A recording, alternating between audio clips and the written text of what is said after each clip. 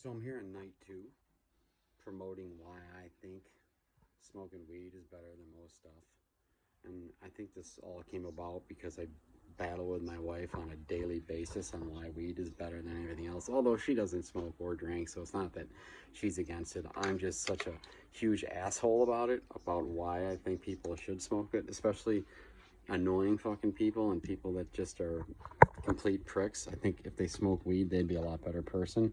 I try to give her some few reasons, on a daily basis, but usually I just get my eyes rolled at me and whatever. But there's multiple reasons, and I even can start with that whole point that I'm talking. Someone being annoying like me, if you're fucking ripped, I'm really probably not that all that annoying.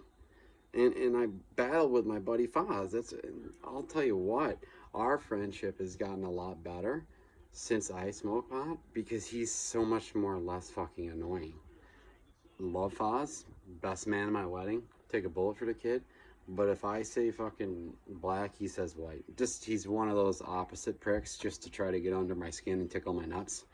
But I love him to death because he'd take a bullet for me and I'd take a bullet for that prick. But he's just one of those guys, that's the friend that's just a constant conflictor. Foz is the type of buddy, like, and don't get me wrong, I'm a complete prick myself. But, like, when you're ordering at Burger King or something, the next thing you know, you got probably like 2/3 of his middle finger up your ass. So you're like singing soprano to order your Whopper and you look like the biggest douche. And then you look back and he's just looking up the menu like nothing's ever happened. He's that kind of prick. So just to give you the background, we battle on everything. We don't agree. Even if he totally agrees with me, he still fucking goes against me. So, point in case to Tracy, I said if Foz ever gets under your skin, smoke weed because you know what? You could flip that switch on an annoying person in a hurry if you're ripped. They actually sometimes become pretty interesting and like fun to be around because you're dissecting how much of a fucking douchebag they are. Because what happens with a douchebag that smokes weed, they become a bigger douchebag. So like all the stuff that I think is cool about weed, they somehow turn it into douche stuff. So now Mark Foz, Foz being the person that is a person that constantly tries to get under my skin, and it does work. And don't get me wrong, I am not innocent by any means. I like to tickle the old ball sack when he's ordering a Whopper myself. However, sometimes he takes it a little far, like where I can, taste his fingernails. That's not cool. I don't mind a little tickle to get the old, high pitched singing a Whopper to the lady, but I don't need to really feel your watch at some points. And it is a little disturbing on sometimes the amount of fists that he's losing, and it's almost sometimes fighting words. But I will say that I have, done some pretty much not so nice stuff to him, and a lot of that does, entail the whole, slapping someone in the old sack, giving the old back sack without them knowing. And I've actually had given him a back sack while he's trying to do a speech in front of a whole bunch of people, and I just I sat in like the second row, and for you people out there, and I would have to say ladies, you guys are, sometimes my wife will just like blow off if I got like hit in the sack or something like that. There's nothing to blow off about if you get hit in the old beanbag. And you know what's funny? And she's like, it barely touched you. What is she doesn't realize is it's not the hard hit. Usually the hard hit doesn't bother you. It's that little grazer, that one that just caught a half of a nut, that little flick or something. And ladies, just for you that don't see, this is interesting to you if you're ripped, because if you're not ripped, you're like, this kid's fucking weird. And trust me, I get it, because sometimes I watch it when I'm sober and I'm like, whoa, what are you talking about, you douche?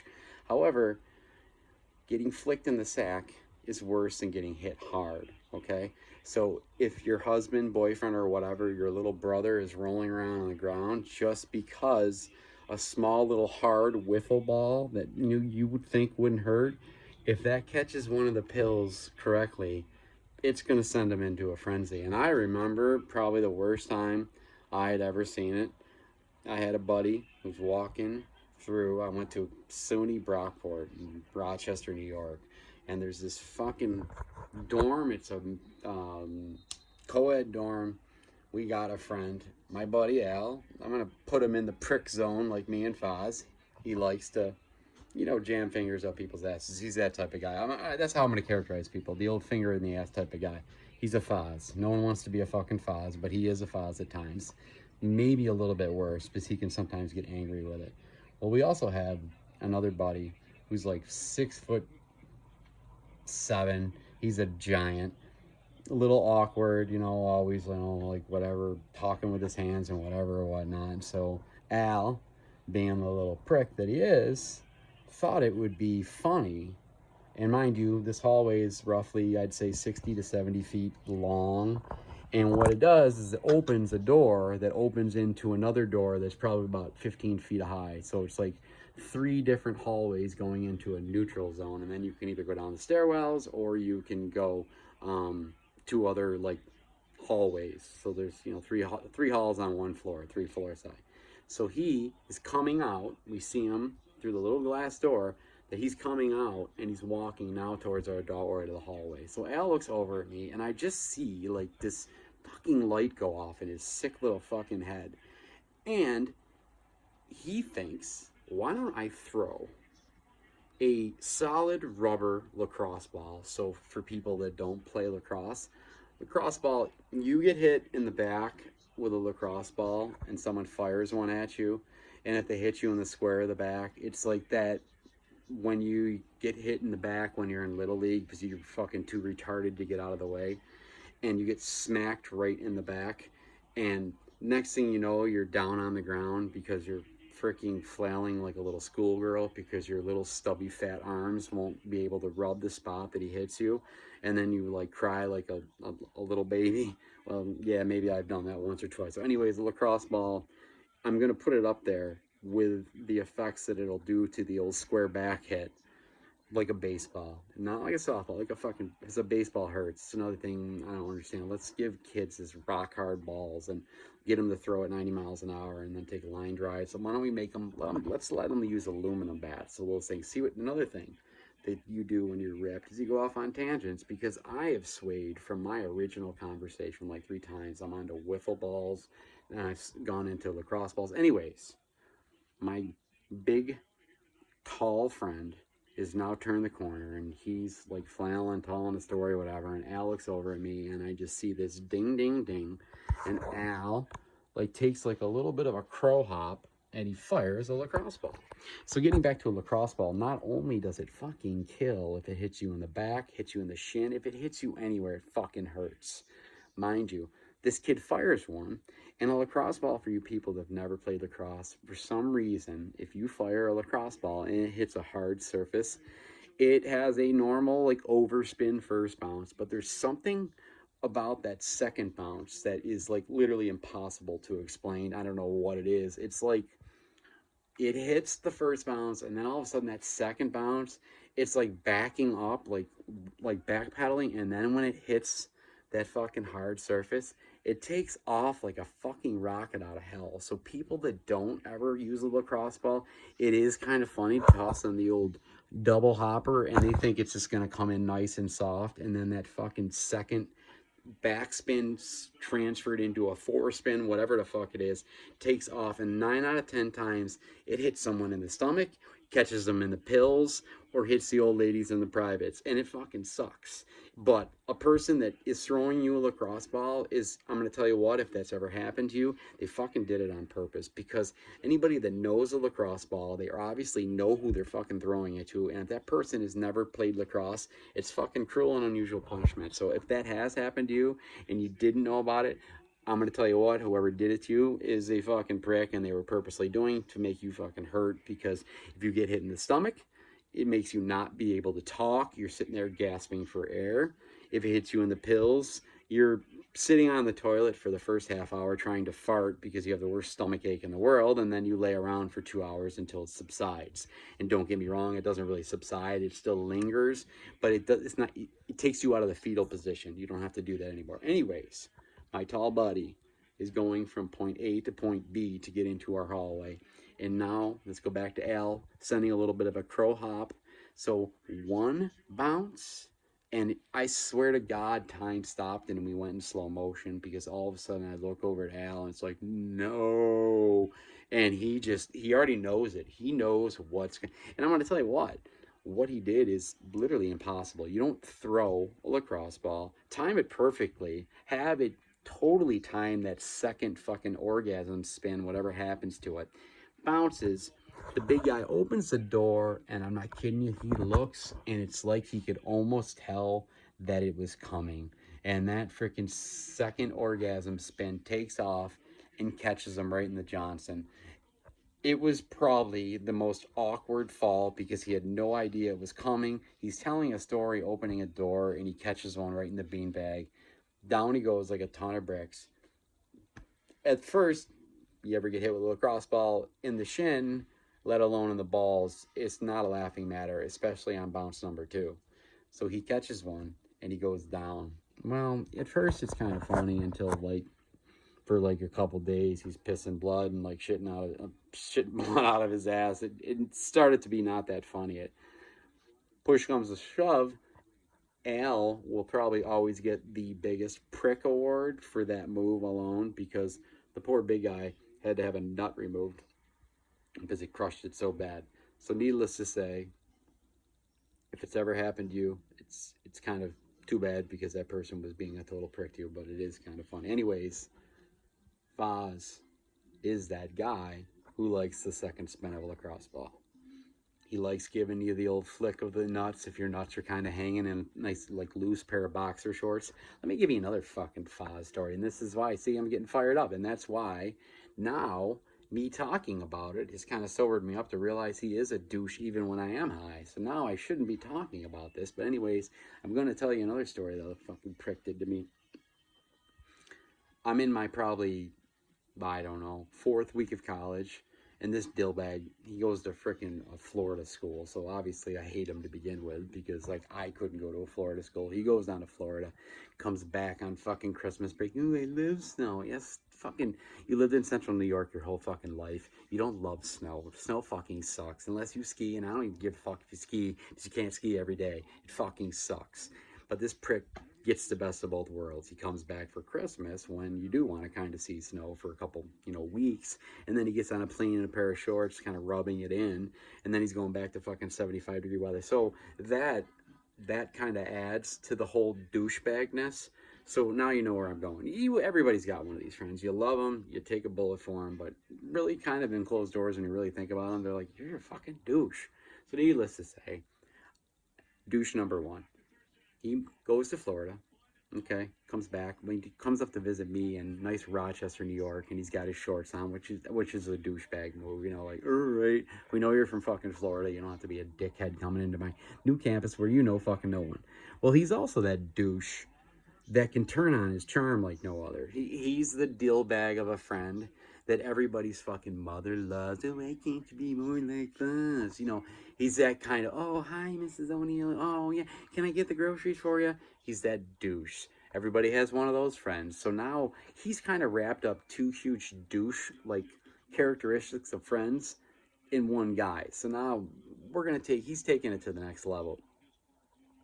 I'm in my Rockport. He isn't there fucking 48 to 96 hours, which is kind of weird because down in Florida, I guess they don't really make you go to school. He got every fucking break. Like, oh, this is like mid-September recess break. I'm like, what? Brockport, we got 19 feet of snow and we barely got a fucking day off. Anyways, he's up from Florida in his shorts, being annoying, and within like fucking 24 hours, everybody in the fucking school likes this kid. Like, what the fuck? And they don't see real douchebagness that I see on a fucking daily occurrence. When my fucking dorm room door closes, a fucking douchebag comes fucking flying out of his skin. Needless to say, someone walks in and is back to, hey, can I get you something? Anyways, he's up there. I love this girl next door. Loved her to death. Beautiful. Known her for a month. I think, in a way, she kind of likes me. Whatever. So I'm over there, and I don't know, everybody had bunk beds when we were in college. I put my hands and my shoulders up on the top bunk, and I'm talking to the girl up there. Well, the girl that I like, mind you, at this point, I've never kissed, I've never done anything with it. She's a cool girl. She lives next door. You don't really shit where you eat, so you got to kind of make sure that's worth it. Co-ed dorm, I'm loving life. 18 years old, best shape of my life. So Dickbag walks in. Hey, it's Foz, blah, blah, blah.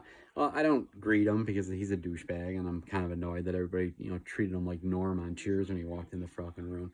He doesn't say hello to me. I thought maybe he was going to maybe punch me in the gut or give me a side shot and blah, blah, blah. Well, no. He takes it to the next douchebagness level. So what does fucking Foz do?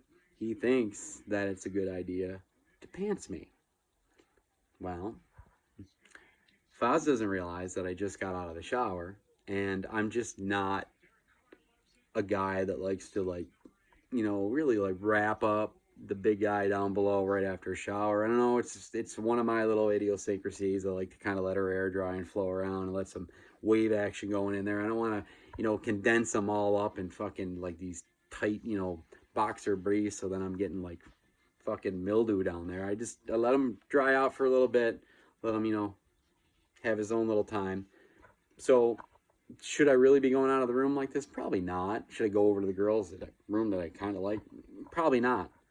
But I also don't think that a guy walks in a room that doesn't know these people for less than 24 hours, but they're treating them like fucking Norm on Cheers, and he decides to pants me.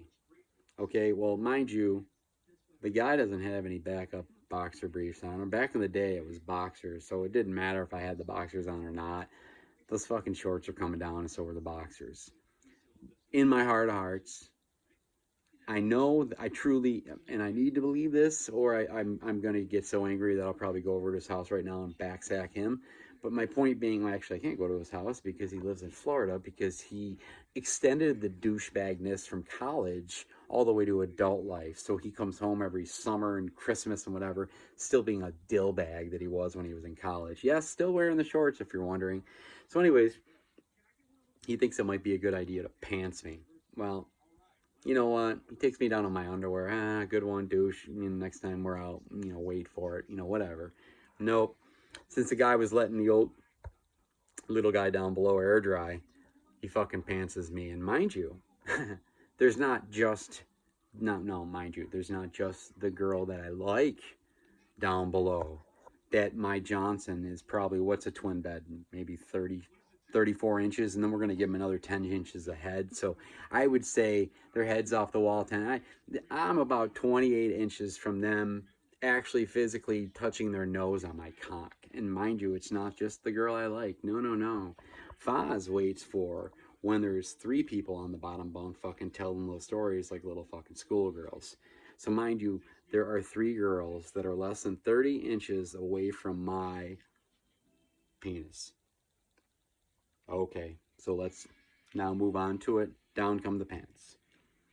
Most people would jump down, rip them up. Couldn't do it. I couldn't do it for multiple reasons, and the girls are going to think I'm whack, but the guys say, I kind of understand it. So now, at this point, what is the point of diving down to pull up your pants? Okay, they've seen it. It's not like they're going to forget if you pull them up quick enough. They know what's in their head. And I think it just looks more desperate than diving down. But the true real reason, because I'm not going to lie to you, I would have fucking dove down if it was just after a steamy shower. I would have definitely dove down. However, because I was a little bit maybe interested in the girl that was, down below, I might have had a little blood flow going then, more than a normal moment in my life, I should say. So when those pants got jocked down, okay, mind you now, it wasn't enough blood flow to have where you could maybe, hang a quarter on a string or something like that. Not that kind of blood flow, but I'm going to say the blood flow that when you slap it around a little bit and get a little rough with it, so then it just comes to attention. So, it's what guys do when they put on bathing suits. You give it a little slap around. You don't want the fucking cold. They're going to see the cold pool thing when you dive in the pool. They don't really need to see that going in. So anyways, I'm slapping it around, and I didn't really need to slap it around. I got a little blood flow. So I'm like, he pantses me, but at any moment, 99.99% of the time, I'm turning around and taking a swing with him. But if there was a time that Foz, being the double douche Foz that he is, that I actually kind of wanted to hug him and say thank you, it was at that moment. Because that extra little blood flow makes the little guy look a lot better than he is. She was in for a sad awakening when, you know, down the road that she realized that full blood flow is not much bigger than that. But anyways, that's a whole nother story. At least I got to that point. But I was kind of okay with it. I slowly pulled up my pants. I said, ladies, show's over. And I walked out. And what was cool about it, Foz didn't really know the whole blood flow story, but I milked that like no other because he came back and he actually felt terrible for an extended period of time, and I milked it. Like anytime he brought it up or someone would bring it up, because I told a lot of people about it because it was fucking hilarious, not gonna lie to you. However, I didn't really tell him that I thought it was fucking hilarious because he bought dinners for a while. I milked them like every time, you know, someone would bring it up, I would act all quiet like it really bothered me and stuff like that, and then he'd get like nervous that I was upset, so he'd pick up the dinner tab and shit like that. So I did milk it probably a lot longer than I should have, but I think honestly though, you get fucking pantsed in front of 3 18-year-old girls, and if I didn't just have the right timing of some good blood flow, then fuck that. Those are fucking fighting words. So he actually got off lucky. So he might have bought me 30 or 40 dinners, but who the fuck's not gonna milk that shit? Anyways, there's my point with Foz. He's that type of douche. And like I said earlier, not only did he be a douche at college in Florida, like I said, he also decided to do the right thing and move out of this fucking shithole of a place that we live that has 9 months of winter, but yet I'm still here. So I think that's probably another reason that I do truly despise him at times, is because of pure jealousy. And listen, I'm not afraid to fucking admit it. Live in Syracuse for, 46 years. There's a good reason that you're that angry. Anyways, getting back to my tangents about day number 2 on why people should smoke pot. I think I did a pretty good point there. Your friends are more interesting when they're douchebags. Yesterday we said food, drinks, everything tastes better. I mean, you could, there's another thing I will say for Foz. As much as a fucking dillbag that he is, if you want to eat like a fucking king, I'll tell you what, it's like fucking picking king salmon in Salmon River in Oswego. I'll tell you what, you get him ripped, and then before he gets ripped, you get the same lecture. Don't let me eat. Well, I'll tell you what, if you're one of those pot smokers that will fucking eat a ton, then give Foz a call. Because I'll tell you what, you get him ripped, you just got to say something. And it's actually kind of funny. It's like literally fishing. You just throw a fucking line out there. And what happens is he doesn't really hear it. You just kind of say it out loud. Like you're not really talking to him. And what happens is that stupid little brain of his will process that like anywhere like 7 to 10 minutes later. And then out of nowhere, you'll be like Nachos Belgrande. It's just, you just whisper it. I'm not kidding you. Like when the show goes to commercial, it'll be like, dude, should I make a run to Taco Bell? I don't know, man. You really want to do that? I don't know. I can't go, but if you want to go, you want to grab you something. And dude, what is also awesome, if you play that you don't really want to pay for the food, but you kind of want the food, you just say, no, dude, honestly, you go. Just you get you whatever you want. I shouldn't be eating that shit. I'm trying to lose weight, blah, blah, blah. No, I don't need it. And no, seriously, don't buy me anything. And that's what you got to say. And there's where douchebag is like the double negative douchebag. I knew he was going to buy by him being a douchebag. When I asked him not to buy me anything, he buys me 3 to 4 times more than I should have, which at that time is fucking score. So sometimes playing his douchebagness it does work to your advantage. Anyways, everybody's got a fucking friend like Foz, and that is truly why people like Foz can only be tolerated if you are a rep. So there's, I say, valid point number 2, other than having every food and drink taste better.